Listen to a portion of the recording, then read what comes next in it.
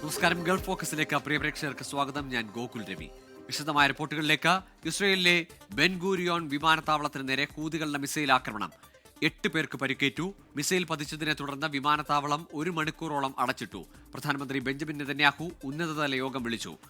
കനത്ത തിരിച്ചടി ഉണ്ടാകുമെന്നാണ് ഇസ്രയേൽ പ്രതിരോധ മന്ത്രിയുടെ മുന്നറിയിപ്പ്. മിസൈൽ പ്രതിരോധ സംവിധാനം പരാജയപ്പെട്ടെന്ന് ഇസ്രയേൽ സേന സമ്മതിച്ചു. ടെൽ അവീവിലേക്കുള്ള എയർ ഇന്ത്യ വിമാനം വഴിതിരിച്ചുവിട്ടു. ഗസ മധ്യസ്ഥ ശ്രമങ്ങളുമായി ബന്ധപ്പെട്ട് ഖത്തറിനെതിരെ ഇസ്രയേൽ ഉന്നയിച്ച ആരോപണങ്ങൾ തള്ളി ഖത്തർ. ഇരട്ടത്താപ്പ് കളിക്കുന്നത് നിർത്തി നാഗരികതയുടെ പക്ഷത്താണോ അതോ ഹമാസിന്റെ പക്ഷത്താണോ എന്ന് തീരുമാനിക്കാൻ ഇസ്രയേൽ പ്രധാനമന്ത്രിയുടെ ഓഫീസ് കഴിഞ്ഞ ദിവസം ആവശ്യപ്പെട്ടിരുന്നു. ജനങ്ങളെ പട്ടിണിക്കിട്ട് കൊല്ലുന്നതും മരുന്നും പാർപ്പിടവും നിഷേധിക്കുന്നതും എങ്ങനെ നാഗരികതയുടെ മാതൃകയാവുമെന്ന് ഖത്തർ പ്രതികരിച്ചു. ഖത്തർ പ്രധാനമന്ത്രിയുടെ ഉപദേഷ്ടാവും വിദേശകാര്യ മന്ത്രാലയത്തിന്റെ ഔദ്യോഗിക വക്താവുമായ ഡോക്ടർ മാജിദ് ബിൻ മുഹമ്മദ് അൽ അൻസാരിയാണ് ഇസ്രായേലിന്റെ പ്രകോപനപരമായ ആരോപണങ്ങൾക്ക് കടുത്ത ഭാഷയിൽ മറുപടി നൽകിയത്.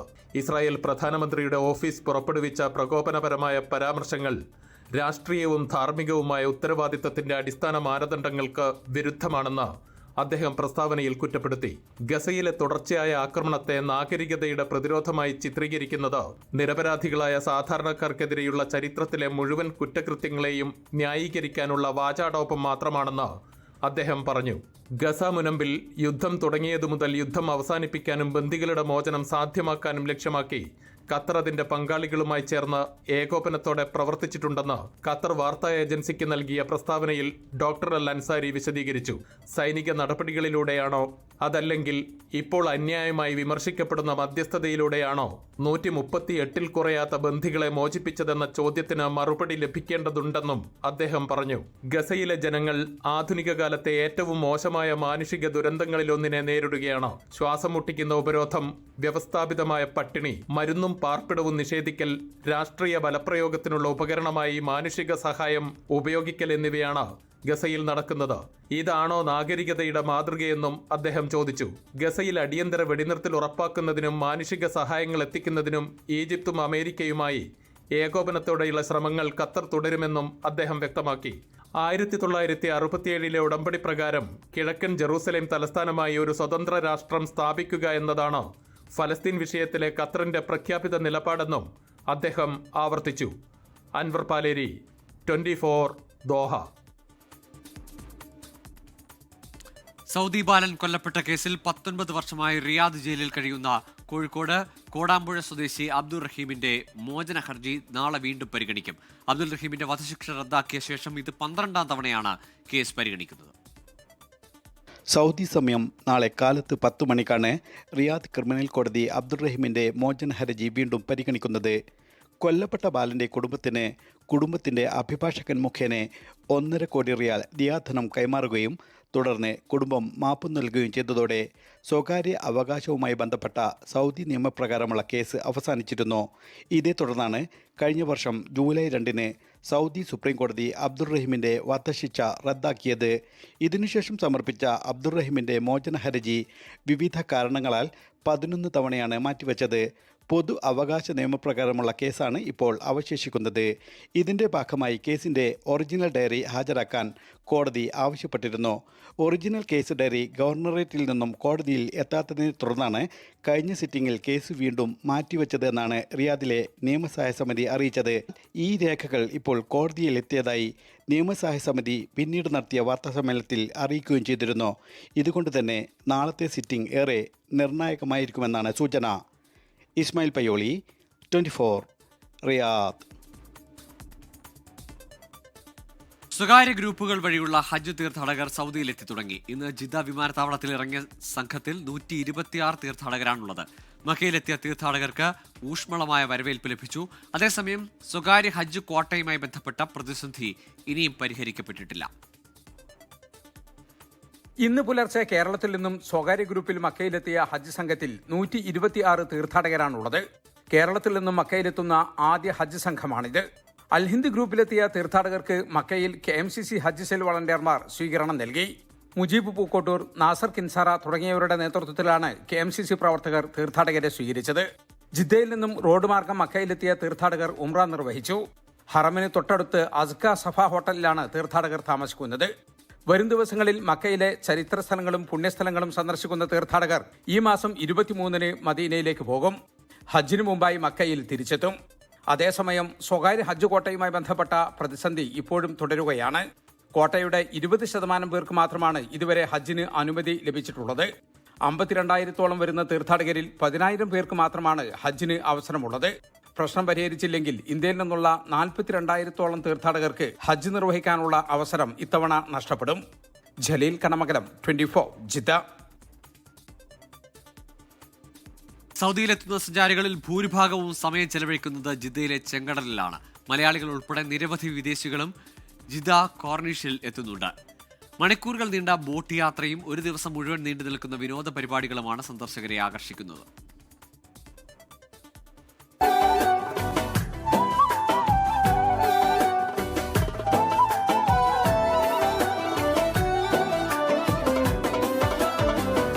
അവധിവേളകൾ ആഘോഷമാക്കാൻ 10,000-ങ്ങളാണ് ഓരോ ദിവസവും ജിദ്ദ കോർണിഷിലേക്ക് ഒഴുകുന്നത്.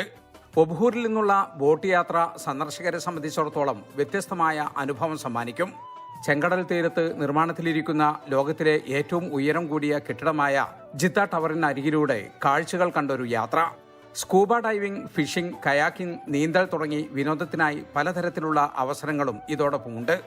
ചെറുതും വലുതുമായ ബോട്ടുകൾ സർവീസ് നടത്തുന്നു. സേവനത്തിനായി മലയാളികൾ ഉൾപ്പെടെയുള്ള ജീവനക്കാരുമുണ്ട്. എല്ലാ സുരക്ഷാ മാനദണ്ഡങ്ങളും പാലിച്ചുകൊണ്ട് മാത്രമേ ബോട്ട് സർവീസ് പാടുള്ളൂ. അത് ഈ ബോട്ടിൽ 30 പേർ അലോട്ടാണ്. അതിൽ ഒരാൾ അങ്ങോട്ടോ ഇങ്ങോട്ടോ മാറി കയറാൻ പാടില്ല. കയറി കഴിഞ്ഞാൽ പൂർണ്ണ ഉത്തരവാദിത്തം ഞങ്ങളാണ്. ഈ ബോട്ടിന്റെ ഡ്രൈവറായിട്ടുള്ള ഞാൻ ഇതിൽ കംപ്ലീറ്റ് ഏറ്റെടുക്കേണ്ടത്. എനിക്ക് ഇതിന് മുമ്പ് അങ്ങനെ ഒരു ഇവിടുത്തെ രീതിയിൽ ഒരു പെറ്റി വന്നിട്ടുണ്ട്. 20,000 റിയാലാണ് നാട്ടിലെ. അത് നമ്മളെ നാട്ടിൽ ഇതൊക്കെ അത് ഇതേ രീതിയിൽ നാട്ടിലൊക്കെ ഇതേ രീതിയിലൊക്കെ ഭയങ്കരമായിട്ടുള്ള കർശനമായിട്ടുള്ള ഇതേ പോയിക്കുന്ന നാട്ടിൽ ഇങ്ങനത്തെ അപകടങ്ങളും കാര്യങ്ങളൊന്നും വരത്തില്ല. ഇവിടെ എന്തിനും ഒരാൾക്കൊരു പോലീസ് കേസ് ഉണ്ടെങ്കിലോ ഒരാൾക്ക് ഇക്കാമ എക്സ്പയർ ആയിട്ടുണ്ടെങ്കിലോ നമുക്ക് ഓപ്പൺ സീയിലേക്ക് പോകാൻ പറ്റില്ല, കടലിലേക്ക് പോകാൻ പറ്റത്തില്ല. ഇത് മലയാളികൾക്ക് ഇപ്പോൾ പ്രത്യേകിച്ച് ഇപ്പോൾ പഴയമാരില്ല, എല്ലാവരും ഇപ്പോൾ എൻജോയ് ചെയ്യാൻ വേണ്ടിയിട്ട് പറ്റിയൊരു അവസരമാണിത്. കാരണം നമ്മളെ നാട്ടിൽ എത്ര ഉഷാറാണ് ഇവിടെ. സേഫ്റ്റി എല്ലാ കാര്യത്തിലും, ഡൈവിംഗ് ഉണ്ട്, സ്വിമ്മിംഗ് ഉണ്ട്, എൻജോയ് പറ്റുന്ന എല്ലാ സ്ഥലങ്ങളും അടിപൊളിയാണ്. ഷാം, ഉബൂർ, ദാബാൻ, ബയാദ ദ്വീപ് തുടങ്ങി ജിദ്ദയിലെ ചെങ്കടലിൽ വിനോദത്തിന് ഏറെ പ്രശസ്തമായ നിരവധി സ്ഥലങ്ങളുണ്ട്. രാവിലെ മുതൽ വൈകുന്നേരം വരെ നീണ്ടു നിൽക്കുന്ന കടൽ യാത്രയായതുകൊണ്ട് തന്നെ ഭക്ഷണം ഉൾപ്പെടെ നൽകിക്കൊണ്ടാണ് സംഘാടകർ ഇത്തരം യാത്രകൾ സംഘടിപ്പിക്കുന്നത്. ചെങ്കടലിലെ ബോട്ട് യാത്രയും ഡൈവിംഗും ഉൾപ്പെടെ അനുഭവിക്കാൻ ഇപ്പോൾ സ്വദേശികൾ മാത്രമല്ല, മലയാളികൾ ഉൾപ്പെടെയുള്ള നിരവധി വിദേശികളും എത്തുന്നുണ്ട്. ആഘോഷവേളകളിൽ അത് 10 മടങ്ങ് വർദ്ധിക്കും. ജലീൽ കണമകലം, 24, ജിദ്ദ.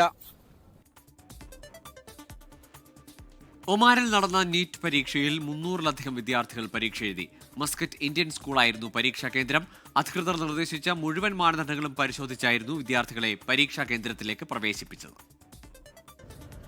ഇന്ന് ഉച്ചയ്ക്ക് ഒമാൻ സമയം 12:30 ആരംഭിച്ച പരീക്ഷയ്ക്ക് രാവിലെ 9:30 മുതൽ പരീക്ഷാ കേന്ദ്രത്തിലേക്ക് വിദ്യാർത്ഥികൾക്ക് പ്രവേശനം അനുവദിച്ചിരുന്നു.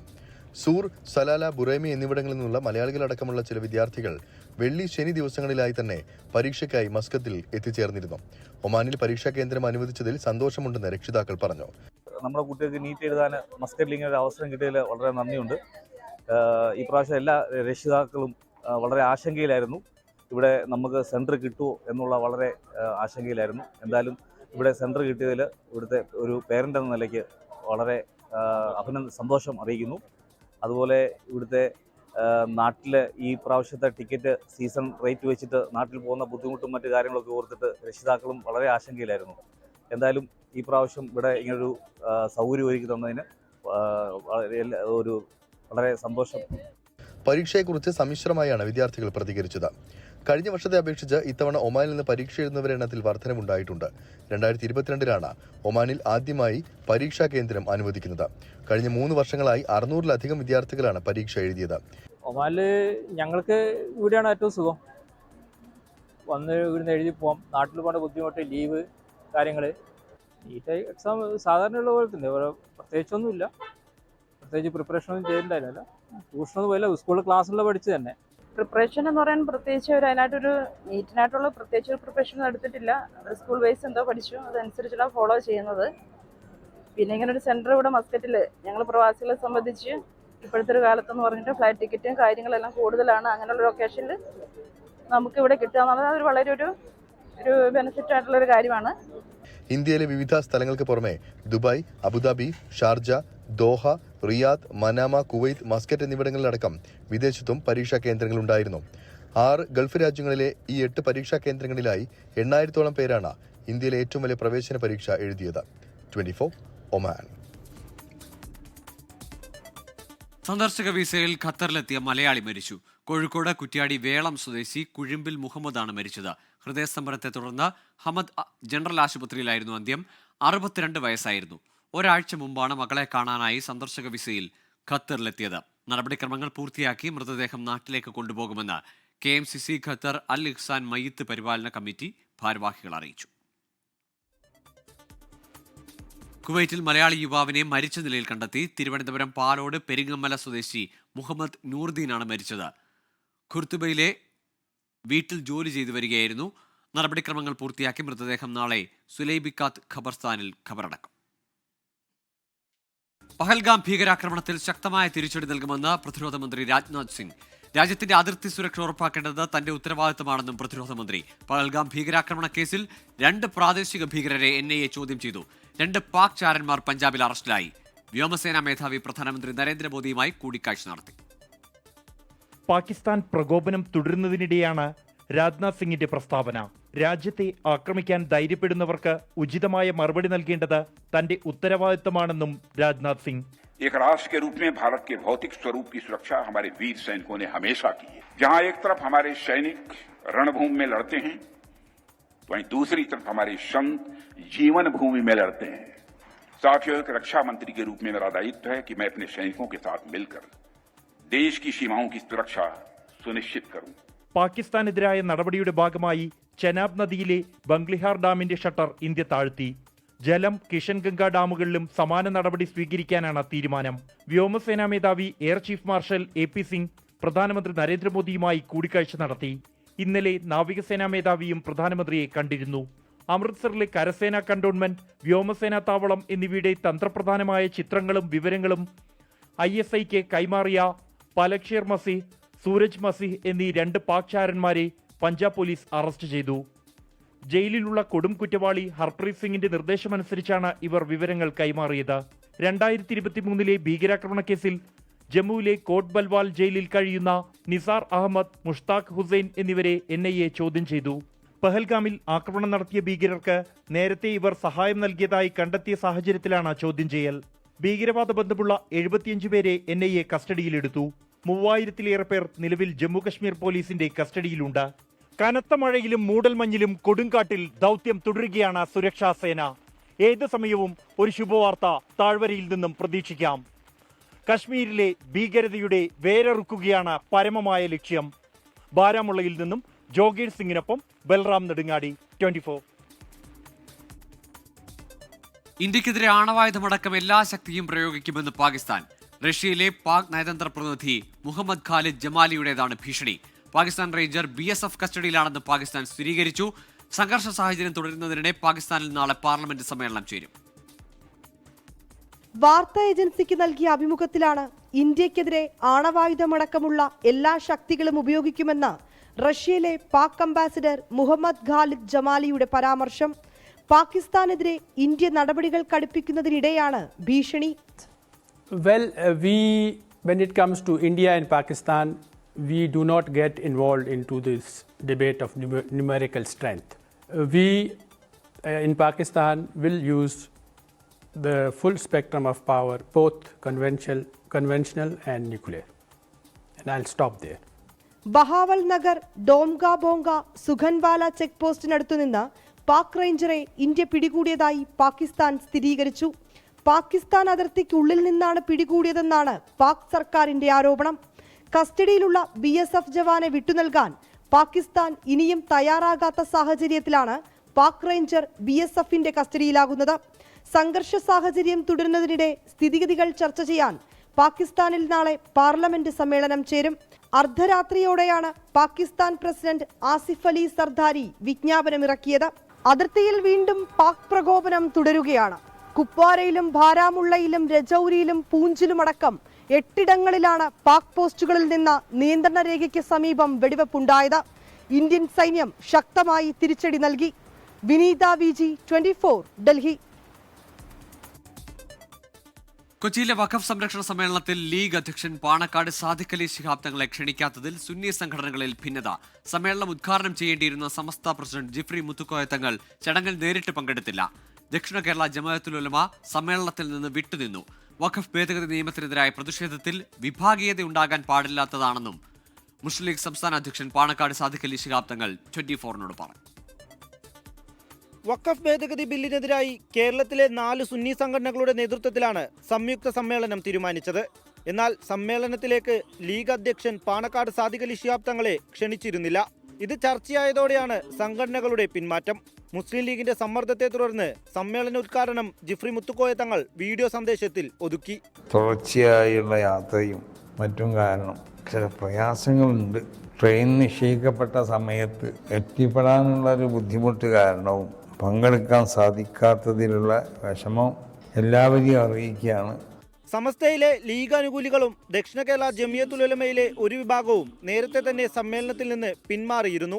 അതേസമയം സാദിഖ് അലി ശിഹാബ് തങ്ങളെ ക്ഷണിക്കാതിരുന്നത് രാഷ്ട്രീയ കാരണങ്ങൾ കൊണ്ടല്ലെന്നാണ് സംഘാടക സമിതിയുടെ വിശദീകരണം. ഈ പരിപാടിയിൽ പങ്കെടുത്തതുകൊണ്ട് ബഹുമാനപ്പെട്ടവരുടെ പദവിയിൽ പ്രത്യേകിച്ചൊരു ഉയർച്ച കിട്ടാനില്ല. ഞാൻ പറയുന്നത് പൂർണ്ണമായിട്ട് മനസ്സിലാക്കണം. ഇതിൽ പങ്കെടുക്കാത്തത് കൊണ്ട് ഒരു കുറവും തങ്ങളെ സംബന്ധിച്ച് വരാനില്ല. അങ്ങനെ വരുന്നു എന്ന് പ്രചരിപ്പിക്കുന്നവർ സത്യത്തിൽ തെറ്റാണ് ചെയ്യുന്നത്. വഖഫ് ഭേദഗതി നിയമത്തിനെതിരായ പ്രതിഷേധത്തിൽ വിഭാഗീയത ഉണ്ടാകാൻ പാടില്ലാത്തതാണെന്ന് മുസ്ലിം ലീഗ് സംസ്ഥാന അധ്യക്ഷൻ പാണക്കാട് സാദിഖ് അലി ശിഹാബ് തങ്ങൾ. അത് ഏതെങ്കിലും ഒരു സമുദായത്തെ മാത്രം ബാധിക്കുന്ന കാര്യമില്ല. അതൊരു ദേശീയ വിഷയമാണ്, ദേശീയ രാഷ്ട്രീയത്തെ ബാധിക്കുന്ന ഒരു വിഷയമാണ്. ജനാധിപത്യത്തെയും മതേതരത്വത്തെയും അതുപോലെ ഭരണഘടനാ തത്വങ്ങളെയൊക്കെ പാലിക്കുന്ന ഒരു നിയമ ഭേദഗതിയാണ് വന്നിട്ടുള്ളത്. അപ്പോൾ അതിനെ എതിർക്കാൻ എല്ലാവരും തയ്യാറായിട്ടുണ്ട്. അത് ഒറ്റക്കെട്ടായി എതിർക്കുകയും ചെയ്യേണ്ടത്. അതിൻ്റെ പേരിൽ ഒരു വിഭാഗീയത ഉണ്ടാകാൻ പാടില്ലാത്തതാണ്. ദക്ഷിണ കേരള ജമിയത്തുൽ ഉലമയിലെ ഒരു വിഭാഗവും സംസ്ഥാന ജമിയത്തുൽ ഉലമയും കാന്തപുരം വിഭാഗവും സമ്മേളനത്തിൽ പങ്കെടുത്തു. കൊച്ചി കല്ലൂരിലായിരുന്നു വഖഫ് സംരക്ഷണ സമ്മേളനം. 24 കൊച്ചി. മുസ്ലിം ലീഗിനെതിരെ പരോക്ഷ വിമർശനവുമായി സമസ്ത കേന്ദ്ര മുശാവറ അംഗം ഉമർ ഫൈസി മുക്കം. സുന്നി വിഭാഗത്തിലെ നേതാക്കൾ ഐക്യത്തിന്റെ ഭാഗത്താണ്. സമസ്തയിലെ പ്രശ്നങ്ങൾ നമുക്കിടയിൽ പരിഹരിക്കാൻ കഴിയും. അതിന് രാഷ്ട്രീയക്കാരുടെ ആവശ്യമില്ല. പ്രശ്നങ്ങൾ മതഗ്രന്ഥത്തെ മുൻനിർത്തി പരിഹരിക്കാമെന്നും ഉമർ ഫൈസി മുക്കം. കൊച്ചിയിലെ വഖഫ് സംരക്ഷണ സമ്മേളന വേദിയിലാണ് വിമർശനം. നമ്മളെ മനസ്സുകളൊക്കെ അങ്ങനെയാണ്. എന്തിനാ നമ്മൾ വെറുതെ തല്ലുകൂടുന്നത് എന്താ? എന്തെങ്കിലും പ്രശ്നം ഉണ്ടെങ്കിൽ നമുക്ക് പരിഹരിച്ചൂടെ? അതിന് വേറെ രാഷ്ട്രീയക്കാരൊന്നും കൂട്ടേണ്ട ആവശ്യമില്ല. നമ്മുടെ ഇടയിൽ എന്തെങ്കിലും പ്രശ്നം ഉണ്ടെങ്കിൽ നമുക്ക് തന്നെ ഇരുന്നിട്ട് പരിഹരിക്കാവുന്നതാണ്. നമ്മുടെ മുമ്പിൽ ഖുർആനും ആയത്തില്ലേ? ആ നല്ല ബുദ്ധി എല്ലാവർക്കും തരട്ടെ. ഈ മുനമ്പം വിഷയത്തിൽ തന്നെ അതിലൊക്കെ സജീവമായി പങ്കെടുക്കാൻ നമ്മളോടൊക്കെ പറഞ്ഞതാണ്. ആ നിലയ്ക്ക് ഈ വിഷയത്തോടൊന്നും ആർക്കും എതിർപ്പില്ല. ഇത് മുസ്ലിങ്ങളുടെ വിഷയമാണ്. എല്ലാവരെയും പങ്കെടുപ്പിച്ചുകൊണ്ട് നടത്തേണ്ട വിഷയമാണെന്ന കാര്യത്തിലൊന്നും ആർക്കും എതിരഭിപ്രായമില്ല. എല്ലാവരും യോജിച്ചുകൊണ്ട് തന്നെയാണ് ഈ വിഷയത്തിലൊക്കെ ഉള്ളത്. KPCC അധ്യക്ഷ സ്ഥാനത്ത് നിന്ന് താൻ മാറില്ലെന്ന് വ്യക്തമാക്കി കെ സുധാകരൻ. പുതിയ KPCC പ്രസിഡന്റിനെ ഉടൻ പ്രഖ്യാപിച്ചേക്കുമെന്ന റിപ്പോർട്ടുകൾക്കിടെയാണ് കോൺഗ്രസ് ഹൈക്കമാൻഡിനെ പ്രതിസന്ധിയിലാക്കി കെ സുധാകരന്റെ പ്രതികരണം. തനിക്ക് അനാരോഗ്യമെന്ന് ചിലർ ബോധപൂർവം പ്രചരിപ്പിക്കുന്നതാണെന്ന് കെ സുധാകരൻ പറഞ്ഞു. അതേസമയം ആന്റോ ആന്റണിയെ KPCC അധ്യക്ഷനാക്കി ഉടൻ പ്രഖ്യാപനം ഇറങ്ങിയേക്കുമെന്ന് സൂചനയുണ്ട്. പുതിയ KPCC അധ്യക്ഷനെ പ്രഖ്യാപിക്കുന്നതിൽ AICC നേതൃത്വത്തിൽ ചർച്ച സജീവമായിരിക്കെയാണ് ഹൈക്കമാൻഡിനെ വെട്ടിലാക്കി കെ സുധാകരന്റെ നീക്കം. പ്രചാരണങ്ങൾ ശരിയല്ലെന്നും തന്നോട് മാറാൻ ആരും പറഞ്ഞിട്ടില്ലെന്നുമുള്ള കെ സുധാകരന്റെ പ്രതികരണത്തിൽ നേതൃത്വം പ്രതിരോധത്തിലായി. തനിക്ക് അനാരോഗ്യമെന്നത് തെറ്റായ പ്രചരണമാണെന്നും ഇടതു സർക്കാരിനെ ഇറക്കിയേ താൻ പോകൂവെന്നും സുധാകരൻ പറയുന്നു. UDF അധികാരത്തിലെത്തുന്നതുവരെ അധ്യക്ഷ സ്ഥാനത്ത് തുടരേണ്ടത് ആവശ്യമെന്ന് കെ സുധാകരൻ 24 പറഞ്ഞു. ആരും എന്നോട് മാറാൻ വേണ്ടി ആവശ്യപ്പെടുന്നവരില്ല. എൻ്റെ സേവനം ലഭിക്കണമെന്ന് ആഗ്രഹിക്കുന്നവരാണ് പാർട്ടി പ്രവർത്തകന്മാർ. ഇടതുപക്ഷത്തെ ഇറക്കുക, പിണറായി വിജയൻ്റെ സർക്കാരിനെ ഇറക്കുക എന്നതാണ് എൻ്റെ ആത്യന്തിക ലക്ഷ്യം. അത് ചെയ്തേ ഞാൻ അടങ്ങും. ആഗ്രഹമല്ല, ആവശ്യം. എന്നാൽ KPCC അധ്യക്ഷനെ മാറ്റാനുള്ള ചർച്ചകൾ നേതൃത്വത്തിൽ സജീവമാണ്. ആന്റോ ആന്റണിയുടെയും സണ്ണി ജോസഫിന്റെയും പേരുകളാണ് പരിഗണനയിൽ. അധ്യക്ഷ സ്ഥാനവുമായി ബന്ധപ്പെട്ട അറിയിപ്പുകളൊന്നും ലഭിച്ചിട്ടില്ലെന്ന് ആന്റോ ആന്റണി. കോൺഗ്രസ് ഹൈക്കമാൻഡിൽ നിന്നുള്ള ഒരറിയിപ്പും എനിക്കിത് സംബന്ധമായി കിട്ടിയിട്ടില്ല. അതുകൊണ്ട് ബാക്കിയെല്ലാം പ്രചരിക്കുന്നതെല്ലാം ഊഹാപോഹങ്ങൾ മാത്രമാണ്. എന്നാൽ കെ സുധാകരനുള്ള പിന്തുണ ആവർത്തിച്ച കെ മുരളീധരൻ ഉൾപ്പെടെയുള്ള നേതാക്കൾ രംഗത്തെത്തി. ഇപ്പോഴൊരു മാറ്റം നല്ലതല്ല എന്നുള്ള അഭിപ്രായമാണ് എന്നെപ്പോലുള്ളവർക്ക്. ഫൈനൽ അതോറിറ്റി എന്ന് പറയുന്ന ഹൈക്കമാൻഡാണ്. പദവി ഒഴിയാൻ കെ സുധാകരൻ തയ്യാറാകുന്നില്ലെങ്കിൽ പ്രശ്നപരിഹാരത്തിന് ഹൈപ്പവർ കമ്മിറ്റിയെ രൂപീകരിക്കാനാണ് ആലോചന. KPCC അധ്യക്ഷനുമായി ബന്ധപ്പെട്ട് അനിശ്ചിതത്വം എന്ന ചർച്ചകൾ പാർട്ടിയെ പ്രതികൂലമായി ബാധിക്കുമെന്നാണ് വിലയിരുത്തൽ. 24 തിരുവനന്തപുരം. പൂരം പൊടിപൂരം.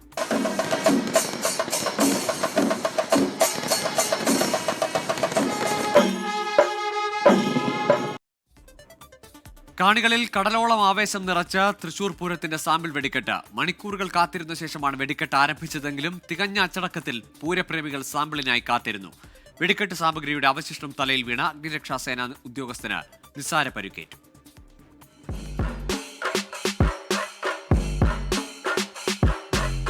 പൊള്ളുന്ന വെയിലിനെ വകവയ്ക്കാതെ സാമ്പിൾ വെടിക്കെട്ട് നേരിൽ കാണാൻ ഉച്ച മുതൽ തന്നെ സ്വരാജ് റൗണ്ടിലെ കെട്ടിടങ്ങൾക്ക് മുകളിൽ നിലയുറപ്പിച്ചത് നൂറുകണക്കിന് ആളുകൾ. കാത്തിരുന്നവരെ ഒട്ടും നിരാശരാക്കാതെ 7:25 തിരുവമ്പാടിയുടെ ഡൈനകൾ പൊട്ടിത്തുടങ്ങി. വിരിയമിട്ടുകൾ ആകാശത്ത് അത്ഭുതം തീർത്തു.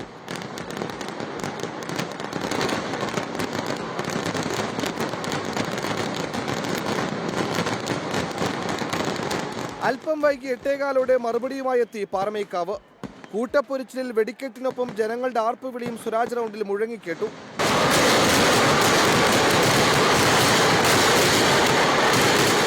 തിരുവമ്പാടി ആകാശത്ത് ലഹരി വിരുദ്ധ സന്ദേശമെത്തിച്ചു. ഇടിവെട്ട് വെടിക്കെട്ടായിരുന്നു.